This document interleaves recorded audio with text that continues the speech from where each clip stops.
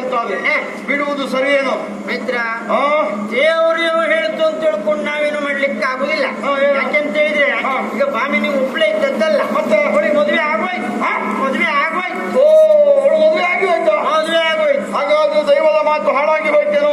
ಆದ್ರೂ ದಾರಿ ಉಂಟು. ಏನು ಮದುವೆ ಆದದ್ದು ಯಾರೊಟ್ಟಿಗೆ? ಯಾರು? ಕಾಂತಾವರ ಅಧಿಕಾರಿಯಾಗಿರುವಂತ ಪ್ರದೀಪ ನಮ್ಮ ಮಿತ್ರ ಇಲ್ವಾ? ನನ್ನ ಒಡನಾಡಿ ಅವನ ಜೊತೆಯಲ್ಲಿ ಮದುವೆ ಆಯ್ತು. ಮದುವೆ ಆಗಿ ಹೋಯ್ತಾ? ಮದುವೆ ಆಗೋಯ್ತು.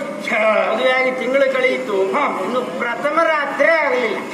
ಪ್ರಥಮ ರಾತ್ರಿ ಆಗ್ಲಿಲ್ಲ. ಯಾಕೆ ಆಯ್ತು? ಯಾಕೆ ಅನ್ನೋದು ಗೊತ್ತಾಗ್ಲಿಲ್ಲ. ಯಾವುದೋ ಒಂದು ವ್ರತದಲ್ಲಿ ಇರ್ಬೇಕು. ಅವಳು ತಡೀತಾ ಇದ್ದಾಳಂತೆ. ಸುದ್ದಿ ಕೇಳಿದೆ ನೀನು? ಹುಣ್ಣಿಮೆಯಿಂದ ಹುಣ್ಣಿಮೆಗೆ ತಿರುದು ಬಿಡ್ತಾ ಇದ್ದಾಳೆ. ಹಾಗಾದ್ರೆ ಒಂದು ಕೆಲಸ ಮಾಡುವ, ಪ್ರದೀಪನಲ್ಲಿಯೇ ಈ ಕಾಲದಲ್ಲಿ ಪ್ರದೀಪನನ್ನೇ ಬಳಸಿಕೊಂಡಿದ್ದೆ ಆದ್ರೆ ನಮಗೆ ಸಿಕ್ಕಿ ಸಿಕ್ಕಿದ್ರು ಸಿಗಬಹುದು.